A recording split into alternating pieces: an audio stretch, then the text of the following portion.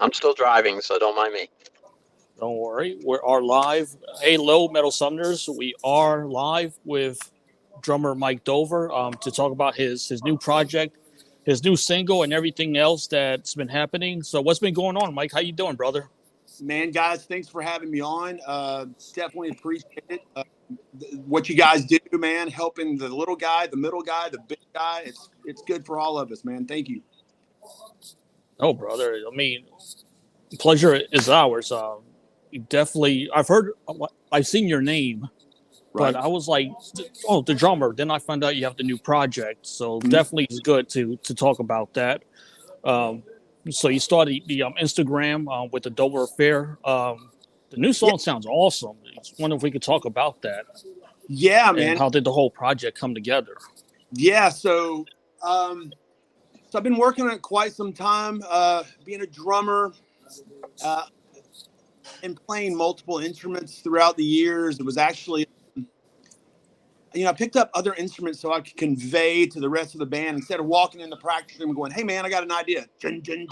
I could show them the riff on guitar because when they look at the drummer and they go, "Chung, chung, chugga, chung," then they're like, "Yeah, whatever, dude." Right? So if I could show it, it came across better. And then that just kind of grew into I played more guitar, started writing more songs, and eventually I was writing for just about every band I've ever been in. I was one of the main or majority songwriter, and I did that with guitar, did that with bass, and vocals.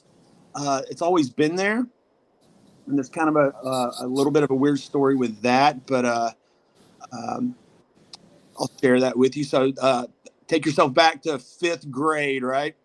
Uh, I'm in the choir, and I'm the solo artist on the 12 Days of Christmas, and I'm five golden rings, which, if you know the song, it's the five golden part, right? So Yep. you go to the fifth grade assembly, all your fifth grade buddies on the Friday, and we're going down the line on the fifth day of Christmas. Five golden. Man, I got hammered, dude. I was like this my girl voice.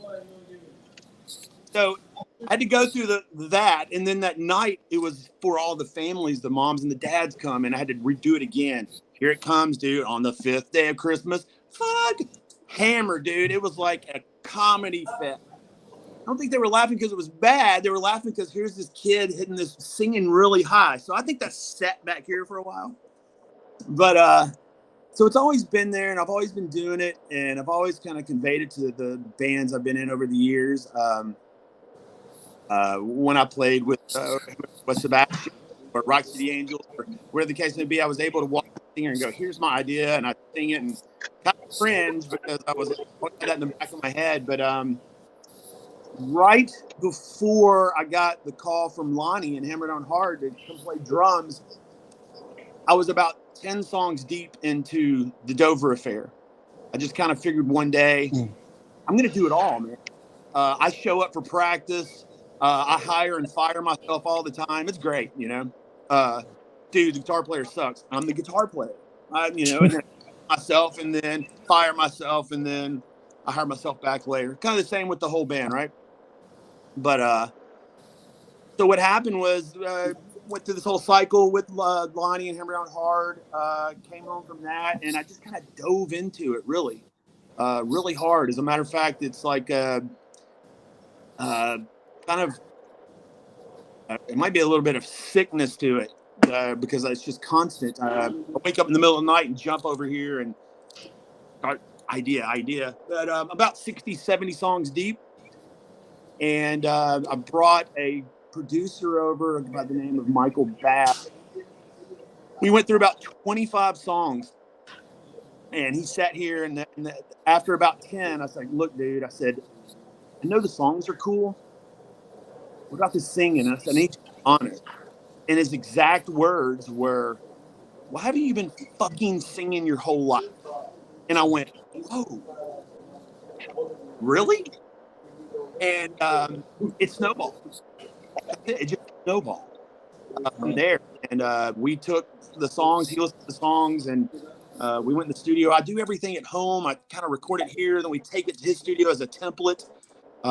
Maybe redo some guitars, do all the vocals there. Some of the stuff we've done all there. We're about 7, 8 songs deep. And but Feel was the first one that there was 3 before that, and then I retract that one, and it just kind of felt right. Like I felt like this is the song that I can show the world, right? Like here's me doing it all, and I felt pretty confident about the vocal part, especially. So. I definitely want to take it down to Steve. Steve, thanks for joining Yes. us, brother. So, when you played with Sebastian, what instrument did you play with him? And did you tour with him, or did you just record with him? Yeah, so I'm glad we have a little time to talk. So here, let me tell you that story. So I was in a band called Dead Tight 5, and we were signed to an indie label, and we went out and played a showcase on a Monday night at the Whiskey in LA for some big labels to kind of pick the label up, pick the band up. And it was amazing. The feedback was amazing. You guys look good. You sound good. You got the songs. We're not sure that your singer is going to sell records. He's good, but we're not sure about that. Was the hang up. We came back home, kind of regrouped, and we got another singer in the band, a phenomenal singer, and kind of the same thing. So we go through, we make we do demo up a 4-song EP, and those songs are going good. Kind of the same deal was about to happen, and we got a call. We had our own tour bus, right? And we got a call from this band from Seattle called Louder Milk. There was a Memphis band called Louder Milk as well. But they were about to go on tour with Dashboard Confession. And they basically said, hey, if you let us use your bus with you, we'll get you on this tour.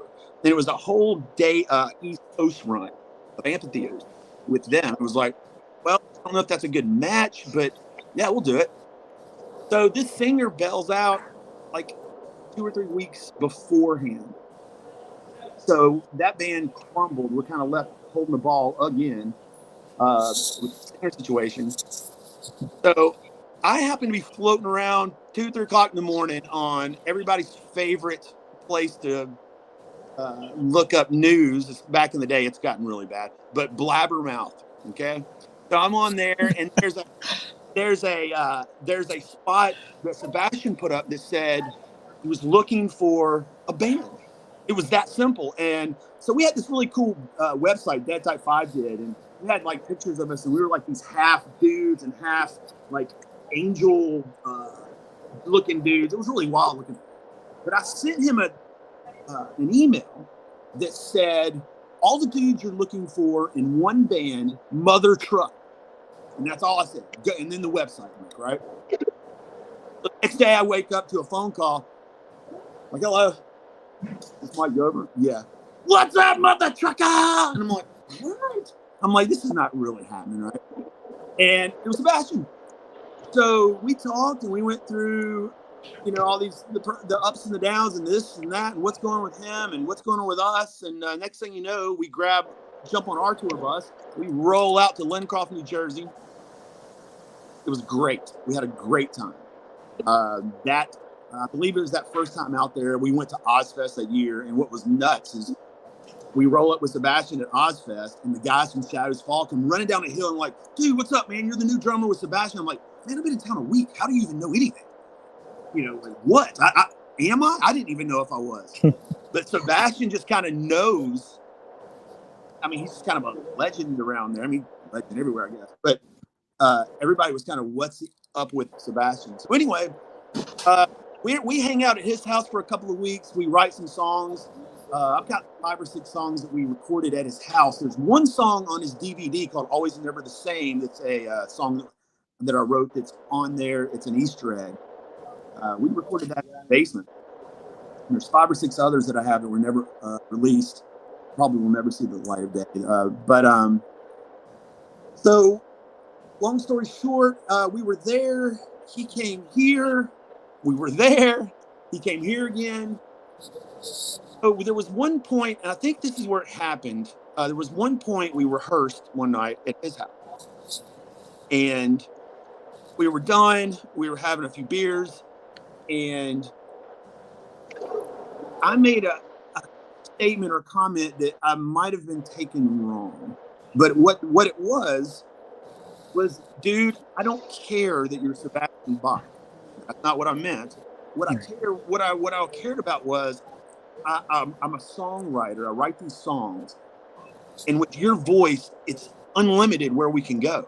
I've never been in that situation. He can sing whatever we need. Whatever I can dream up, whatever he can dream up, right? And I think it was really weird because the next day after that conversation, dude, it went south like you would not believe, right? And he came back here. We were getting ready to go on tour with Twisted Sister Alice Cooper. He came back here. We rehearsed really hard for that. He went back. It was like 3 weeks before the tour. He called me from the set of the Gilmore Girls and said, "Hey, Mike, we got to talk. I sent you a tape," and I had just got this cassette tape like the day before. Like, man, the last rehearsals were kind of just weird. To me, they sounded amazing. I don't know what you're talking about. But he was like, "I'm not comfortable with the whole band. I've got to pull somebody back in from the old band." The only person available was Bam Bam, the drummer. So basically, that year of prepping and doing everything we did came down to that. Fast forward a little bit, they go out and do these runs for a little bit. Sebastian comes back and calls me. He gets rid of my guys, Randy and Cheese. He calls me and says, "Hey, man, I'm doing a record with Zeus. I'm sorry. Without you, those guys are the rose with no bloom." He's like, "Man, you're the song." So we talked about making a record, and that's right around the time that he lost his house and everything with the hurricane that happened. I think some things went down with personal life. He ended up moving to LA, and then that's really the whole story in a nutshell. That it's kind of, just kind of ended like that. So, yeah, it was fun while we were doing it, or while I was doing it. Wow. Man, I'm sorry that happened. Awesome story, brother. Yeah. Well, I mean, it was a drag getting that phone call. Really fired up about that. Hey, I'm about to go out on tour with Twisted Sister Super, right? And yeah, so that was definitely some wind out of the sails. And then my buddies, my best friend Randall X, he went along. He stayed on, but I heard that I probably wouldn't have lasted long anyway. I heard it's a little bit of a tough situation out there on the road with him, but it is what it is.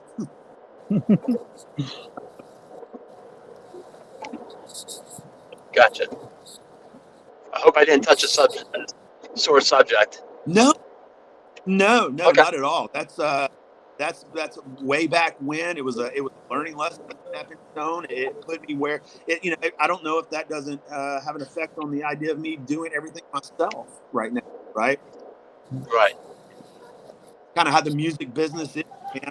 You have a dream of, or I did at least. Like, I saw my favorite bands, and I thought there was these bands or these groups of dudes that are like live together, die together, brothers for all. And then I kind of realized that might be the intention at first, but the business side destroys that and tears it off. And a lot out there.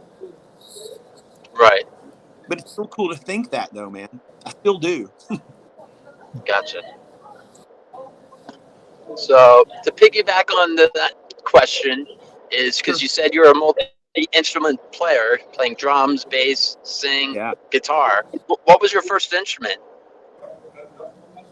Yeah, so when so I grew up in this household where it was my mom, grandmother, uncle, me, and my brother, right? And my brother was this big pothead, or I'm sorry, my uncle. And so I don't know, man. I'm probably 8, 9. I'm in his room hanging out all the time with basically the black lights on. He's getting baked and he's listening to these crazy ass this music like Jean-Michel Jarre, Oxygen, and this keyboard stuff, or Emerson, Lake and Palmer. And he always had a drum set, right? And there was a rule in the house dude, you can't come in my room when I'm not here. Yeah, well, I never followed that rule because I thought he was cool. And as soon as he left, I would go in his room and hang out, right? So I would go in there and tinker around on his kit. And then he had a bass that he brought home one day. And it was just, I don't know. I just got kind of interested in that. And I played around with that for a little bit.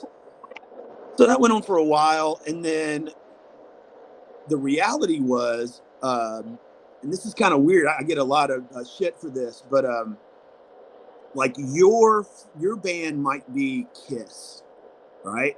That the right. First band you called that went, dude, I got to be that band, right? For me, it was me and my friend Mike Fry on a Friday night. He had older brothers, and they were always hip to what's going on. And we had this jam box, a big ass boom box, one speaker in my lap, one in his. Well, his brothers just got the new release by a band called Motley Crue, Shout at the Nice. Devil. So we put Shout at the Devil on, and all of a sudden, in the beginning, good always. So it's like on a Friday night, man, the sun's going down. We're sitting in this living room, just me and him. His mom had left, his brother's left, and we're just, dude, we're freaking out. What is this devil in this? We were tripping. We loved it. So we listened to In the Beginning probably 50 times before we even got to Shout at the Devil. In the meantime, his brother had the album as well. So we got the album, and you open it up, and if you had that record, there they all are. That's them. These four dudes. Like, what in these dudes? That's it. That's what I want to do. I want to be nice. All four of those guys. And that was kind of the moment I was like, this is it, man. This is it. And because prior to that, I was listening to, I don't know, I was kind of like a little bit of Def Leppard. That Pyromania was a little bit before. That's kind of where I jump in, right? Because prior to that, man, my favorite band is The Police. Awesome. Great band. Yeah. I mean, Zeppelin, of course, but I like a lot of stuff that's kind of maybe prog rock, just because of my uncle, a lot of keyboard synthy stuff.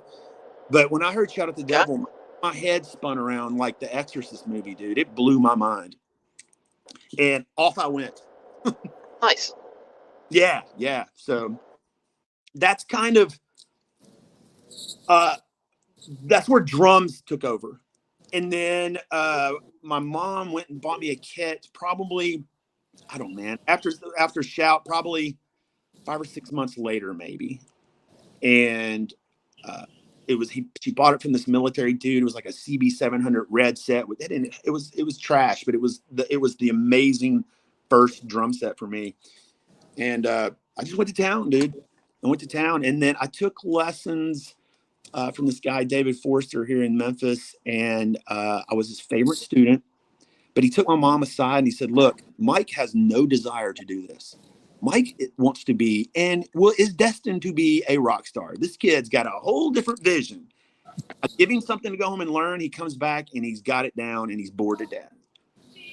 This is not what he has in mind for some reason, right?" And so I took the lessons for a couple of years, and then he was like, he's on a different path. And yeah, that was it, man. Next thing you know, that's just drums. And I never, the other weird thing, man, is I never wanted to be world's greatest drummer. I just wanted to be in the world's greatest band. And it all goes back to that first opening that Motley Crue Shout at the Devil and going, what is this all about? Right? I mean, blew me away, man. Blew me away. Awesome, brother. Steve, do you have anything else, or I could go to the fan questions? Definitely got a few good ones.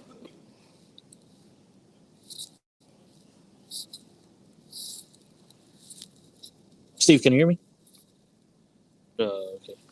I don't think you could quite hear me, but just want to know if we can definitely talk about you, because again, I heard your name from Hammer Down Hard, because I'm a big fan of Hammer Down Hard. Definitely bought the records, loved the drumming on that album, and Lonnie happens to be a drummer also. Right. So how was that with the drumming duties on those two records? Yeah, so I came in after the second record. They had another guy here play. But for me, so that was weird. So, Randy or Randall X, as we know him out there. He was playing with Lonnie. First record, Alive. And I was available, but it's a little out of my wheelhouse, just a little. And I really didn't want to do, I didn't really want to do other material, right? I was kind of just still kind of my own world, right? But I talked to Randy one night. He's like, dude, we need a drummer. And Lonnie's like, but I thought Mike just was like a single kick guy, which is kind of true, right? The only other time when I played with Sebastian, I ran out and got a double pedal. For me, drums is just kind of like it just happens, right? I mean, although to be honest, there were some hammer down hard parts I really had to work on. But yeah, so I listened to the stuff. Lonnie sent me the stuff, and I was like, you know what? I'm going to do this. I'm going to do it just for the hell of it. And that was my initial thought. Lonnie and I go back. Lonnie came into town with his band, Toy Jester.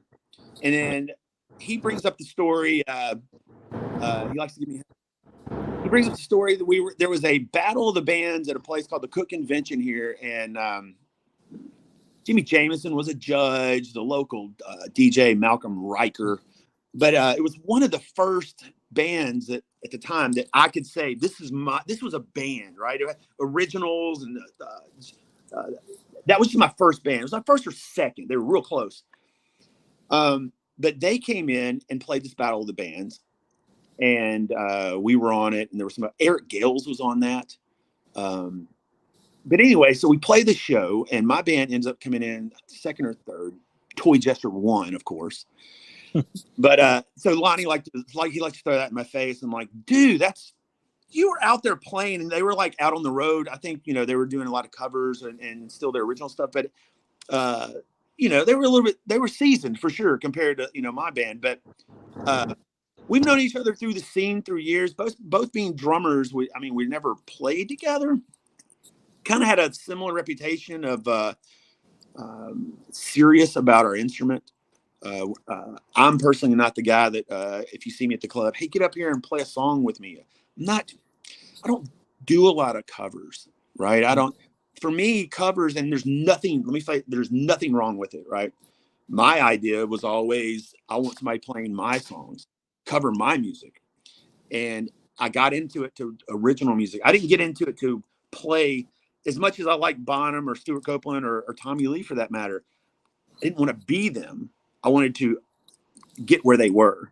And I didn't think I could get where they were by playing their songs. Hmm. And I can listen to music and take ideas without having to learn that song or for note, right? And apply it to my own ideas, my own style. But anyway, so Lonnie and I, very similar thought process when drumming. And surprisingly, when I was learning the hammer down hard stuff, it was kind of some of the stuff, well, actually a lot of the stuff felt like what I would play too. Oh. He plays quite a bit more double bass stuff than me, obviously. And that was the trick for me.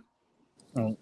And I kind of enjoyed it. It kind of made me like playing drums again. Not that I don't like or love them, but it was a bit of a challenge. And yeah. By the time it was time to go out and play these shows, especially that last run we did, man, we were banging on all cylinders. And it was great. Lonnie gave me a lot of freedom too. He was like, dude, these, play them, but put your groove, put your feels in there, keep it. And I did. I stayed pretty true, except I throw a little bit of me in there. And he could encourage that, man, which is very cool, very positive. And when you're playing with somebody like that, especially somebody trying to get their original music across. Right. I did play bass on Bleeding Out, I believe. On that record, I was going to play bass on the whole record, but I didn't have time. They were kind of under the gun with the songs, and he really wanted me to be a part of the band. He was very cool like that with the band. Definitely appreciate the way he was. or the way he welcomed me in that band. Like, hey, dude, the drums are here, but I know you play bass. You want to play on a track? And I was like, yeah, dude, I want to play all of them, but time did not allow that. Oh. I'm going to go to a fan question from Brian. You're going to love this one. All right. You get, I can't even ask you with a straight face. You get to bring back one musician from the dead, but you have to sacrifice a current musician. Who do you bring back, and who gets the axe? Oh, dude. So let's stop the interview. You know what, man? So I gotta kill somebody. Is that what I'm doing? Someone would have to. You have to sacrifice them. Right. That's what I'm saying. I gotta.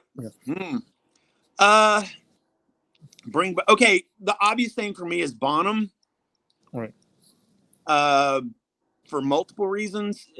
He's tattooed on my arm, for Christ's sakes. Somebody's got to go. Yeah. Do I have to be obvious? Can I? Let's just go way off course. Bieber. There you go. Yeah, definitely. How's that? Good. I was going to say I was going to sacrifice Adam Levine for Jim Morrison. That's good. That's good. I can go that route. Because he doesn't like chicks that like rock music because he's such a wuss. Right. I saw that. I don't know what that dude's doing. He's probably on somebody's DM right now. He's probably hitting up Britney Spears. Wow. Good question. Who's that from? Brian? That's from Brian. Nice.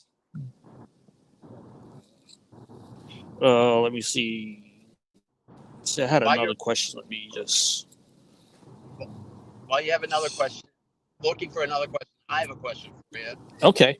All right, Steve, go right ahead. All right. This is a new one for me in my wheelhouse. Who's the most popular celebrity that's in your phone? Good question.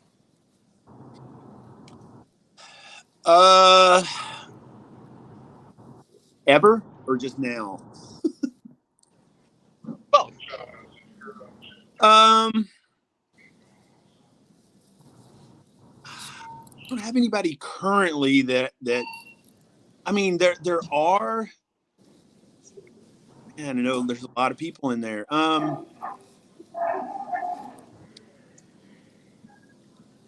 Does that mean do you want phone number or how does text messaging work? Facebook. Call, text them. Do you actually have them in your phone? You can either smile and dial or shoot them a text. Yeah, I don't. Well, you know, I'm gonna pull this card. Currently, my guy Lonnie Hammer. Okay, that's a good number. Because the other ones are they're not direct phones. They're text and emails and that phone. There is a phone behind me, my old phone, that's got plenty of numbers from back in the day that probably those might not even work anymore. Okay. All right. Other question while, Angel's picking his nose. Question. What kind of car do you drive? A Toyota Corolla. That's what I'm in right now. Yes. 2019 is what I have. Gotcha. 2020. I think this is 2020. Nice. It's I went from I had a Kia Soul for the purposes that my day gig, and killed it. I literally killed it. And then I happen to know somebody that owns a Toyota dealership that actually owns it, and he hooked me up with this. And I mean, I had a Toyota truck, a Tacoma at one time, which was the best vehicle I ever had. Right. It would probably still be rolling if my son didn't crash and wreck it and destroy it and all that good stuff. But he's okay. But my truck did not make the cut. All right. Did your Corolla have a CD player in it? No, and I hate that, man, because to my right now there's about 1,500 CDs. Right. And the only time I really get to listen to them is back behind me. This is my man cave / studio, and the futon over there gets a lot of CD use on the Bose speakers sitting in the middle of it, like the old cassette commercial, you know. Nice. That's me a lot. Just up the tunes and it blows my hair back. Yeah, this one does not have a CD player. My other car has a CD player. Also primarily why I bought it. Breaking up a little. I can't hear you. I bought another car that I have. That's primarily the reason why I bought it, because it has a CD player in it. Oh yeah, no doubt. It's the worst that they don't give you that option. Yes. You know, I mean, because there's so many people that I have a massive CD collection, and I want to listen to it in my car. Right. And some of the stuff, you know, like I said, it's not on Spotify or it's not on iTunes because you don't have a band like Tonto's Expanding Headband available on Spotify, which is a bizarre ass band from way back that my uncle listened to, and I was like, I don't know why that stuck with me, but it did.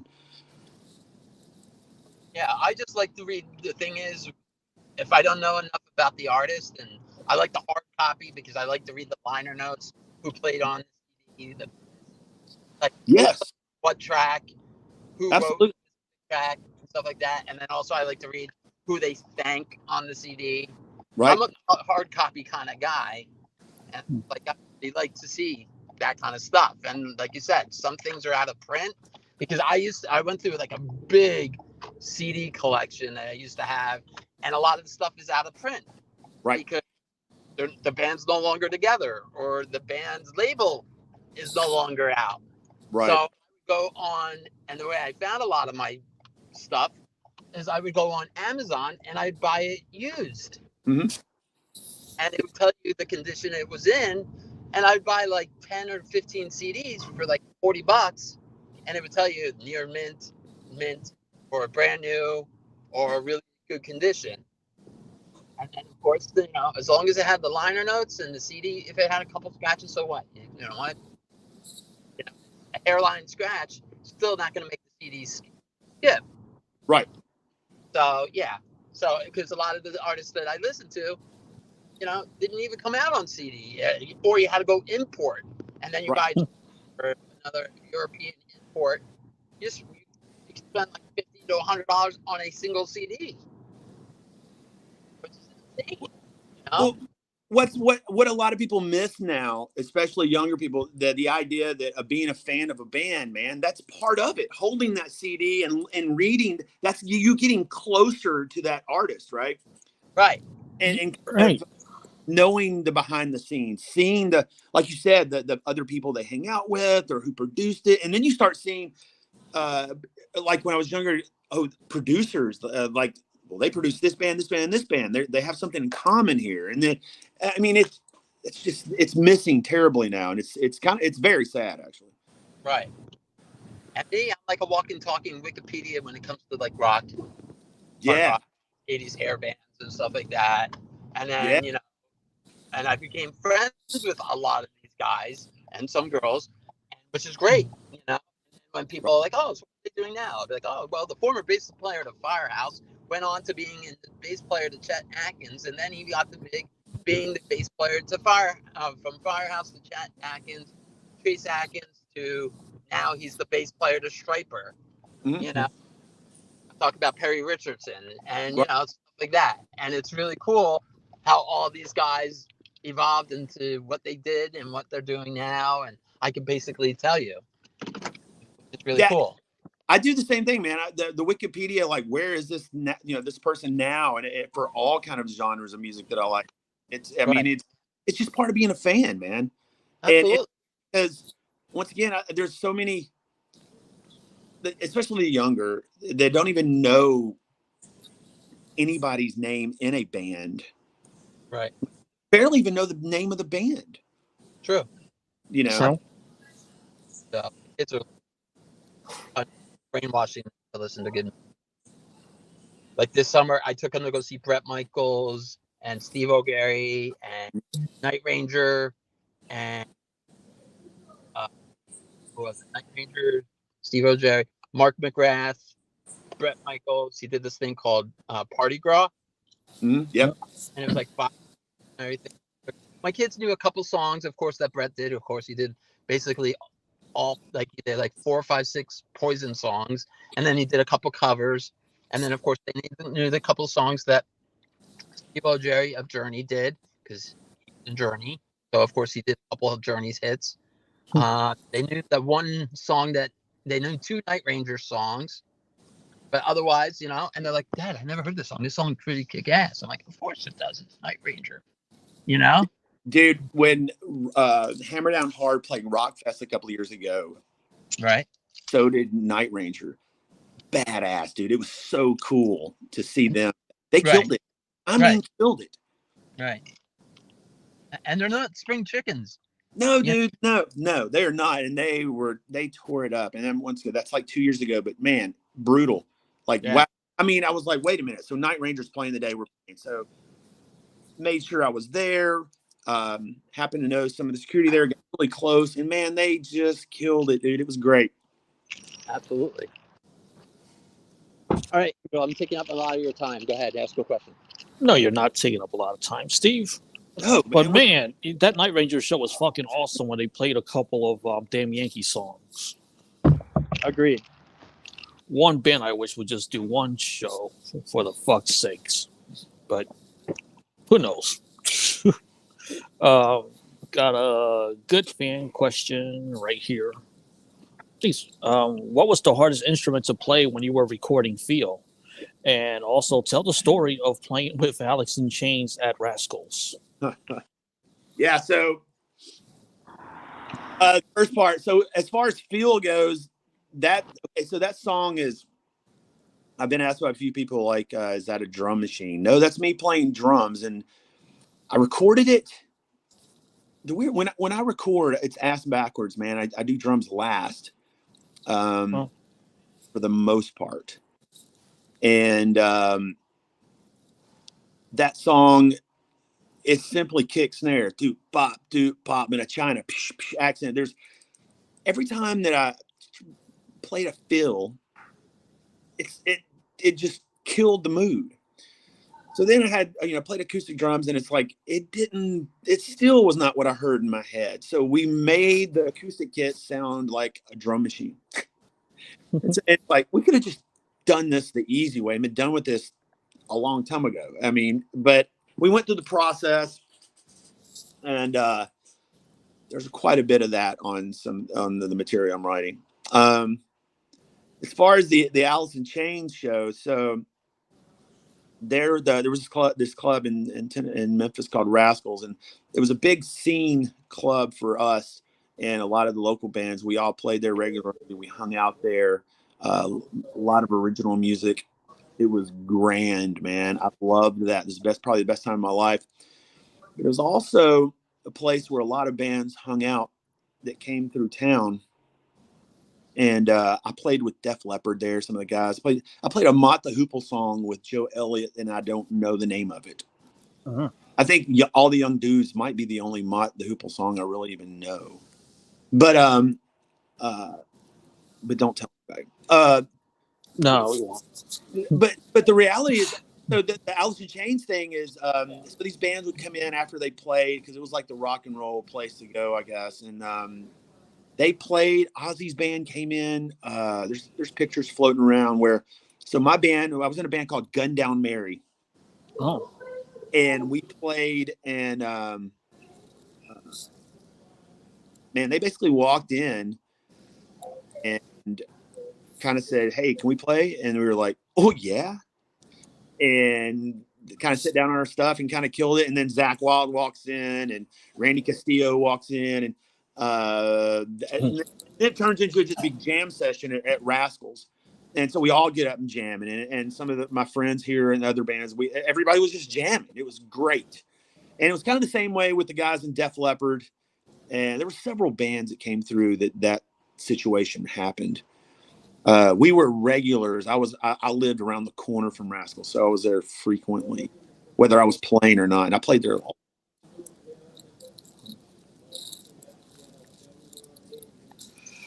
I know there's someone wants to know. Let's see.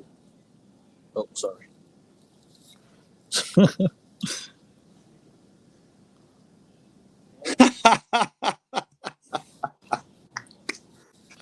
No comment. That's all right. No, good question though. Yeah, it is a good question. How about liquor and poker?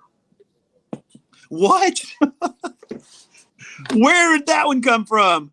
Samantha. Of course. Yeah, so that was one of the band names we were throwing around when I played with Randy back in our glam kind of days. And that was, Liquor and Poker was the name we were throwing around as a band name. That's still a good name. Yeah. Yeah. So we talk about the song "Feel." Is that part of a record? Is this something? Are you doing just a single or putting out an EP or album? Yeah, so I'm figuring it out as we go. So I'm 7-8 songs deep in the studio. I've got about 65, 70 sitting on the computer behind me here, and kind of weeding through as I go. But yeah, there's another single that's gonna probably, if I get in there tomorrow or Thursday to this final mix, then I might put it out or load it up for release Friday or Saturday, which is about a month from the date. But the next song is called Adore. It's a little bit different, a lot more drumming on that one, on this song, a lot more everything, a lot more instruments, a little more rock feel. The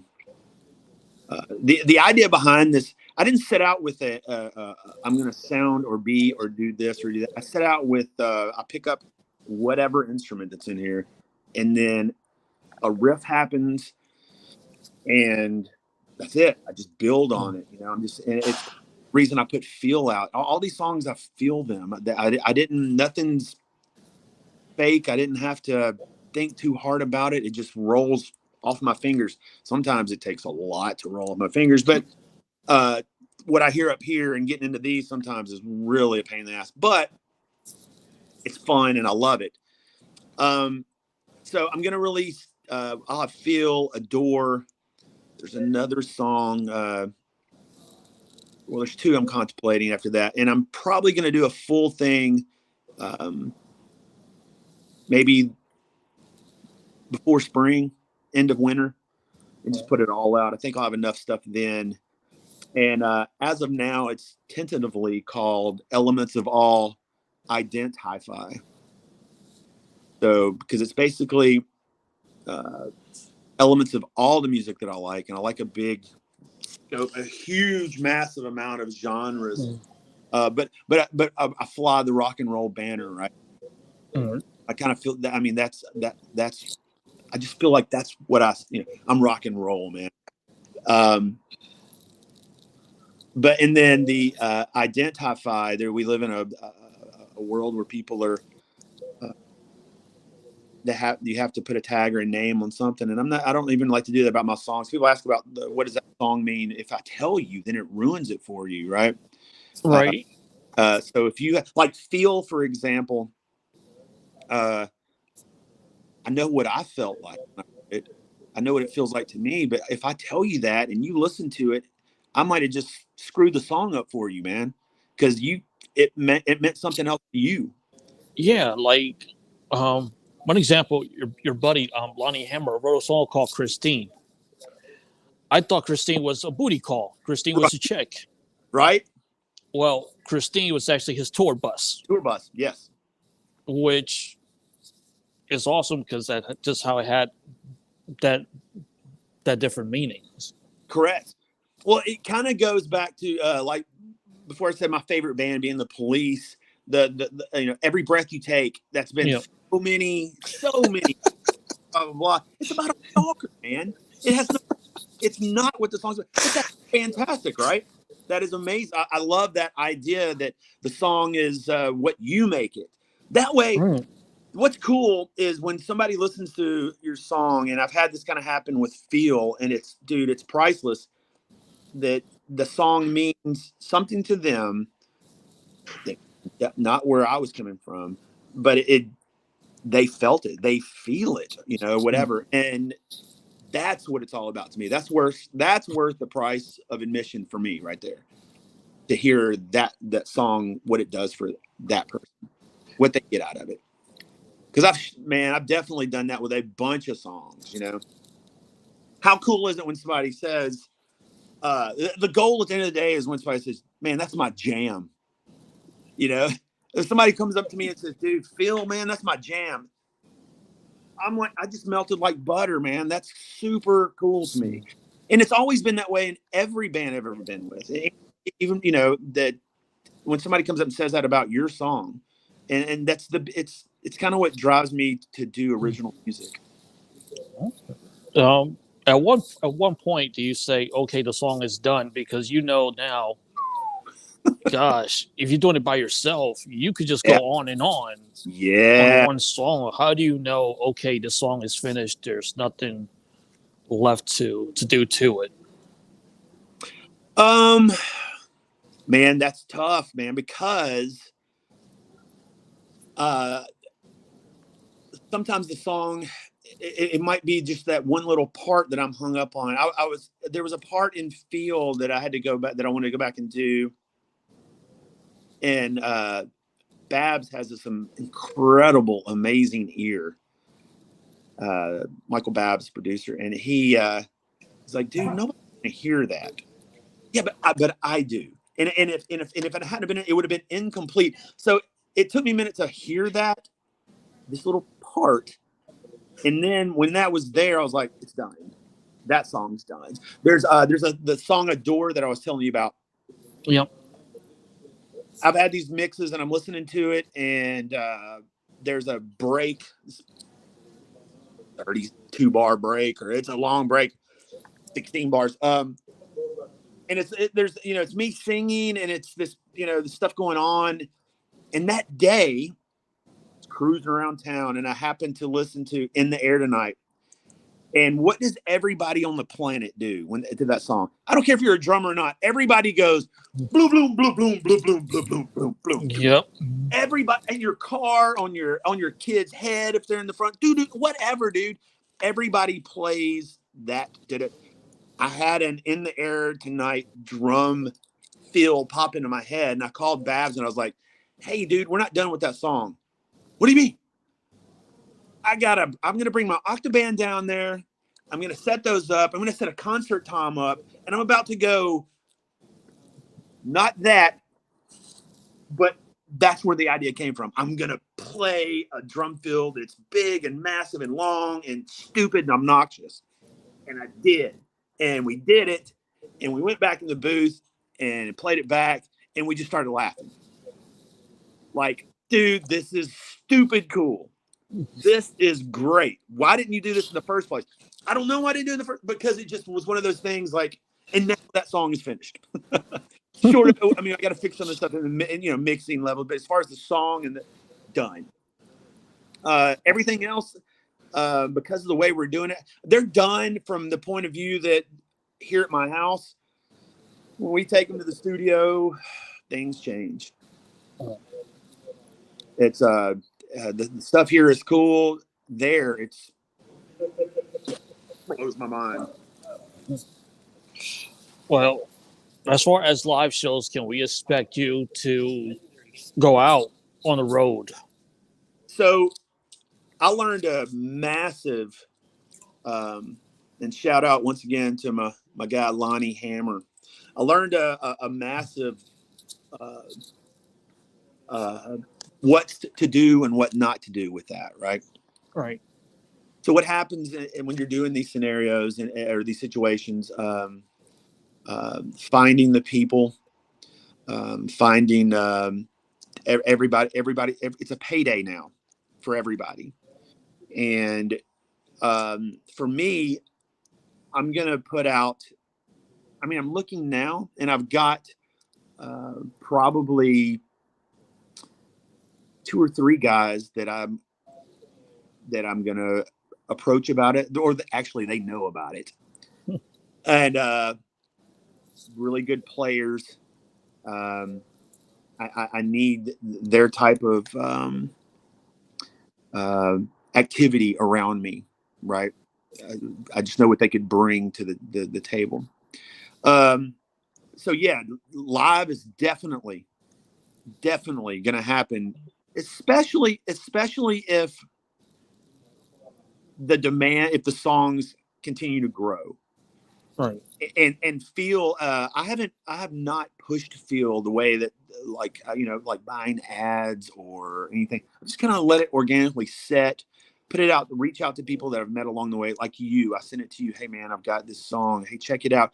And I'm just kind of letting, and then other people, and then just let people share it and let it kind of, and I'm just sitting back watching, and I look at my numbers every day, and every day they're just going up, up, up, up.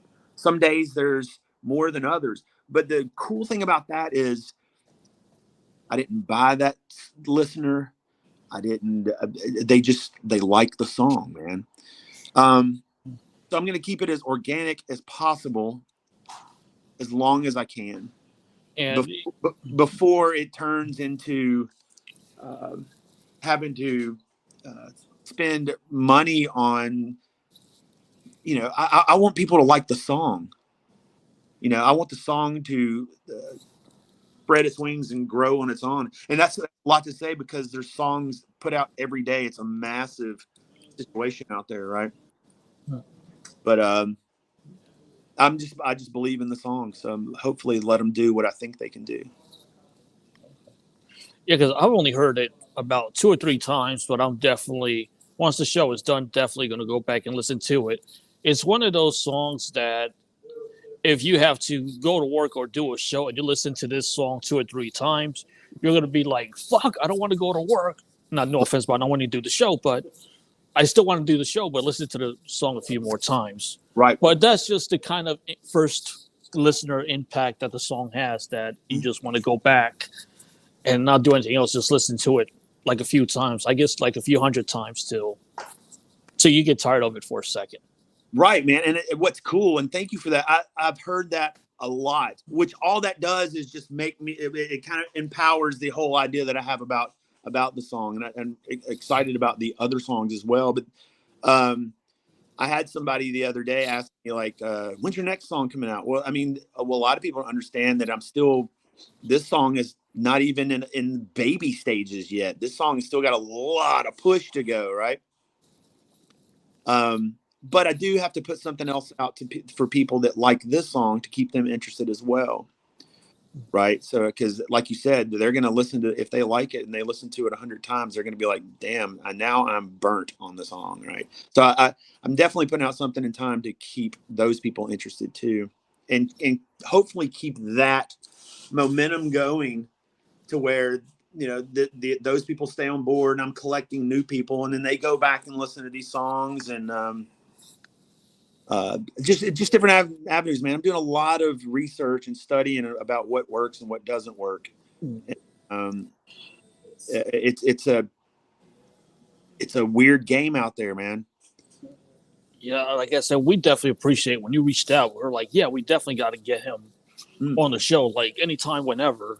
Yeah, man. Just because, we're just fans as well. Sure. It's cool. What's cool, man, is I'm a fan too. Like, I tune into you guys when you guys have lots of people, especially some people that I don't know, because I'm that guy too that's like, well, who is this? Because I'm a music fan. There's a reason there's a shit ton of CDs right over here. I do. That's just what I do, man. That's just what it's constant. And,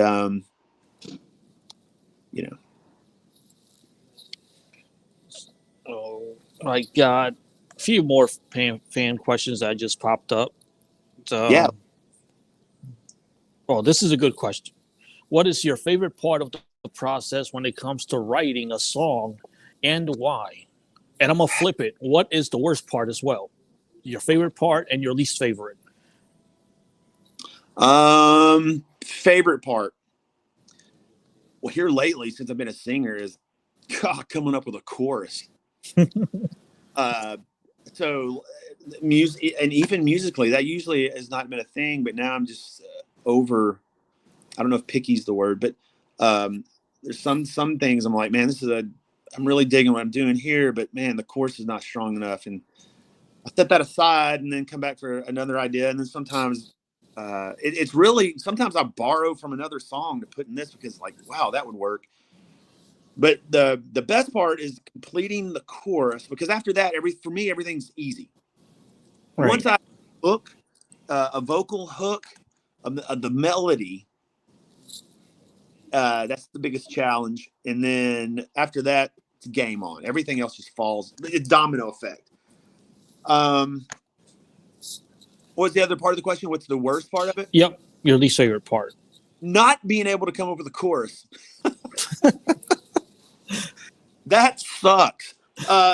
Because there are those moments like, man, I'm smoking along here and I got this really cool verse and then maybe a pre-chorus too. And then all of a sudden, here comes the big vocal, nothing. And nothing, right? Like, I have nothing. And I put something down. I'm like, that's terrible, dude. You're out. Fired the singer. That happens a lot. But that's kind of where the worst is, not being able to, especially when I'm on a roll, because there's some days I'll spend some days in here. Well, actually, there's a lot of nights, man. If I wake up and I'm over here and I've got an idea at 3:00 in the morning, I've got to, be at my day gig and the sun's coming up, I'm pounding coffee and I'm like, no chorus, or chorus and nothing else, which is extremely rare though. Because like I said, that just kind of falls into place. It dictates itself for me.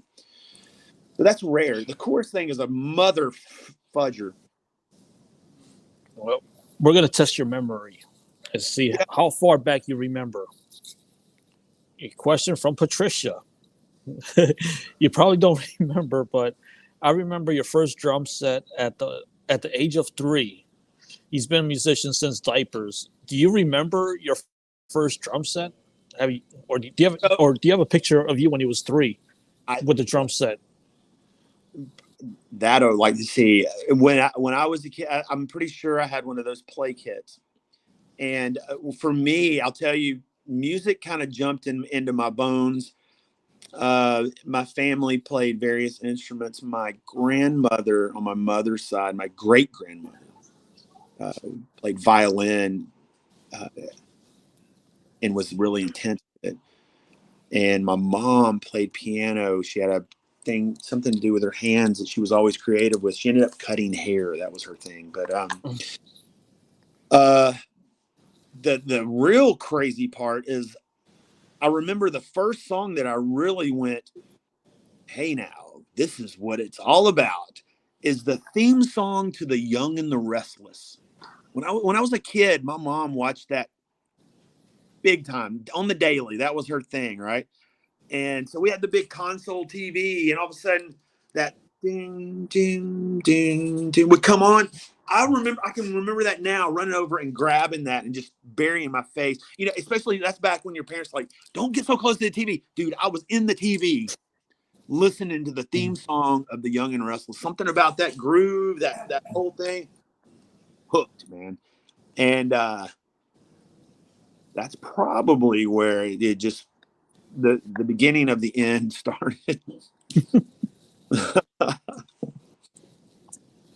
Well, excuse me.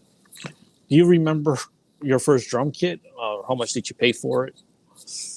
Yeah, the first kit was the one that my mom bought from the military guy. I think it was like $125, and it was like a CB700 set. It was red.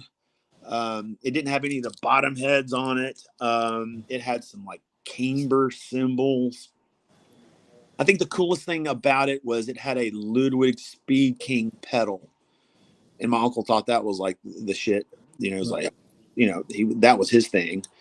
So that it had it had one of those seats that's kind of like you can store stuff in. One of those seats, just like it looks like a canister seat. It was a drag. I hated that. couldn't get it where I wanted, so I was always like elevated away from the kit I played. But yeah, that was the first. That was the kit, and that was the one that I lost my mind. I remember when I was a drummer myself, when I was a teenager, for some reason I would put the pillow inside of the bass drum. Sure. I guess just to get it. Did you do that as well? Put Absolutely. anything? As a matter of fact, there's pillows in my bass drums right behind me. Yeah. Oh, it's good to know I wasn't the only one that did that. I don't know. It would just get like a cool sound from it. Yeah. Well, there was a time when that I didn't use any kind of muffling in a bass drum, and I think I put that in there for the Hammer Down Hard stuff. Really to have two kick drums that I could tune exactly how I wanted them to hear and get that same kind of thud. And then there was kind of a feel to it as well, because I practiced a lot of the Hammer Down Hard stuff on my Roland kit, which had a double pedal.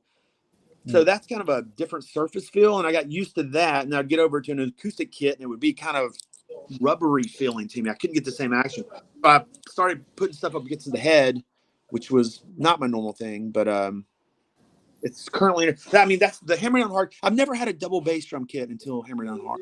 As a matter of fact, the first run we did, I played Lonnie kit, one of his kits that I took out, and then when we got back. Before that, I hooked up with a guy in Arkansas, John Ollis. He has a company called Biggie Drums. He basically got a whole warehouse from Slingerland that was over there at one time, right? So he got this whole warehouse, and he does his own custom drums now called Biggie. And I got a snare from him, and then we got back and we did my whole kit. I got a kit.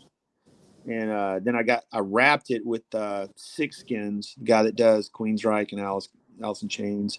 So it's all wrapped. So I did this kit for the next Hammer Down Hard outing, and it didn't happen. Lonnie had a change in plans. He had to move north. I think he's up there by you. But no, he's up in Boston. Yeah, I'm in Jersey. I'm in Jersey. You're still closer to him than I am right now. Yeah. Jay's in Baltimore. I know Bobby's in Pennsylvania. Okay. So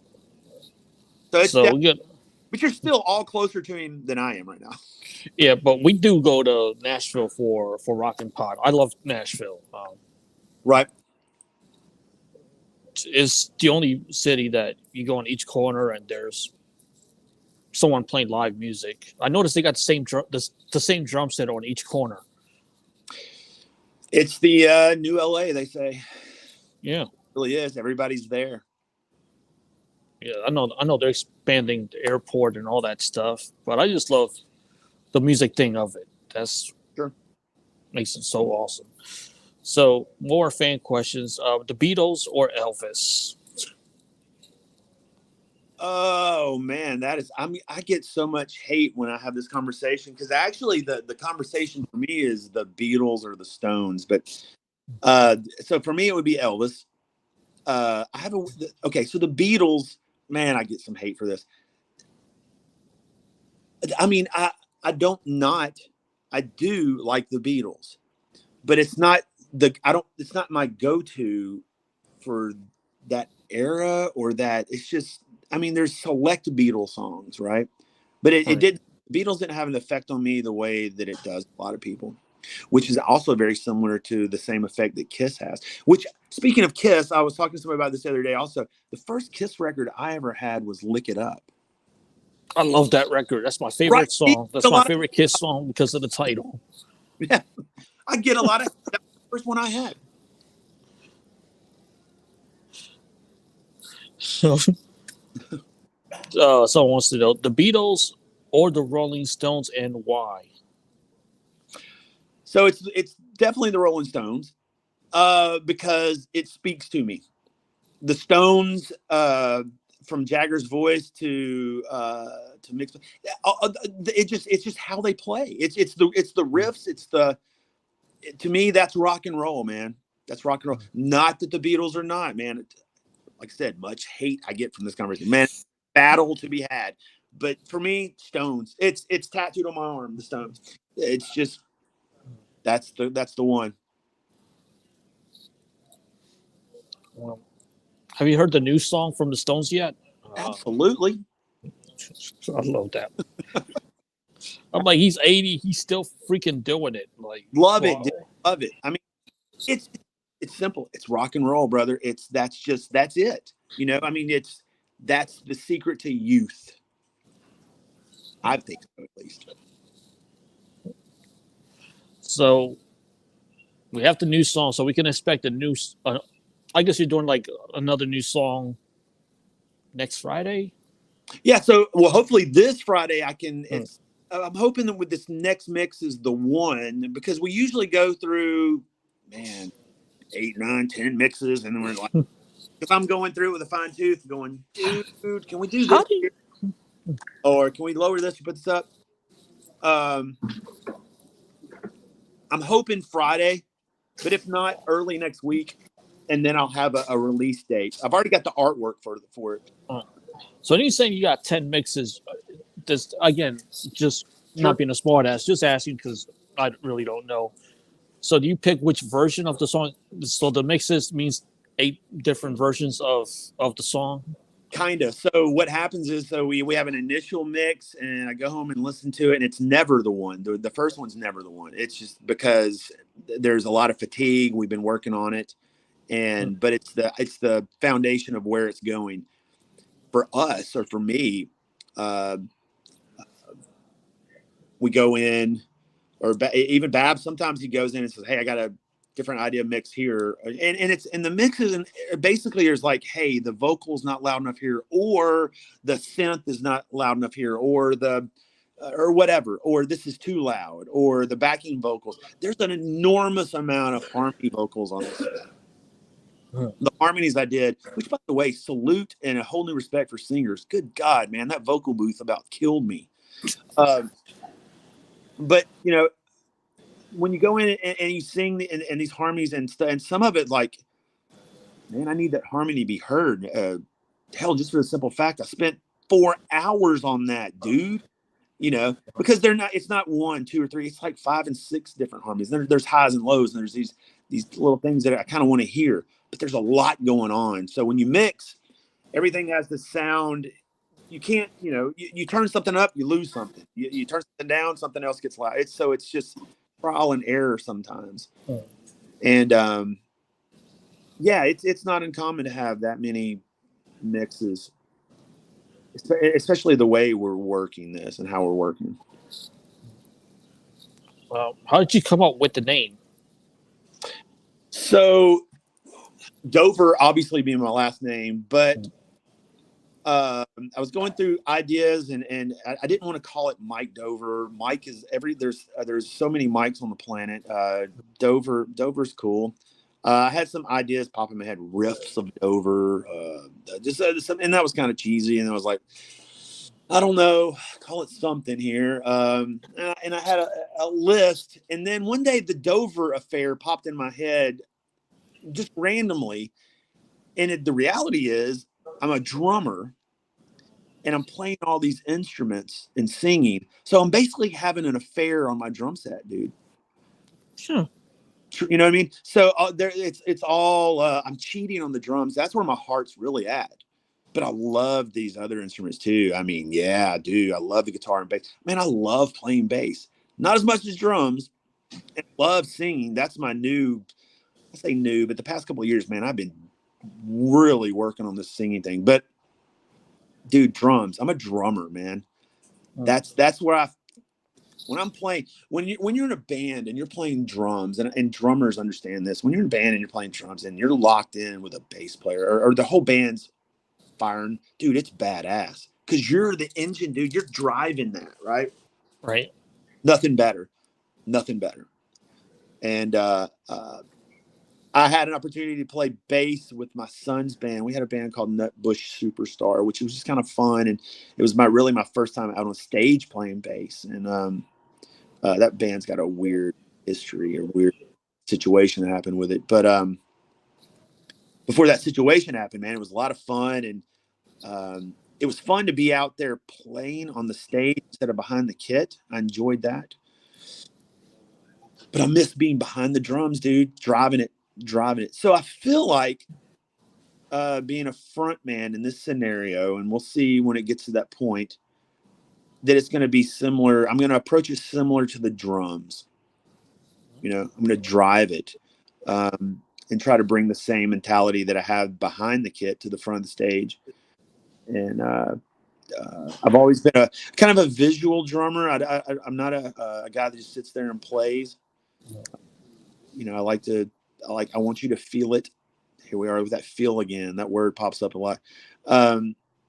I want you to feel what I'm playing, and I want you to, when you see me making the drummer face, man, he's fucking jamming. That's the vibe, right? Yeah. And I'm hoping to give that same vibe to the front of the stage and as a singer. Again, I was a drummer, so did you ever try to play like Charlie Watts? Because I tried it and I did it for like 5 minutes. I just couldn't. The way he holds the drumstick and just plays. Yeah. It makes him unique because no one could play like that. And when you try, you feel like you got to practice for so many hours. I mean, I tried it, just practicing it, but I just don't know how the hell he does it. That hi-hat not falling on the snare, man. That's in between beats. I don't know that I ever just sat down and tried to do that, or the times I've played in cover bands and played Stone songs. I mean, I've played those licks and played that, but that's what made him what he was. He doesn't get the respect probably that he should. I mean, everybody's like Charlie Watts. Man, Charlie Watts is an amazing drummer, and the stuff. Man, he could cook it. Because you look at his style of drumming, no one could. It's him because the way he's holding the drumstick and the way he plays, he's the only drummer that I could name that would even play like that.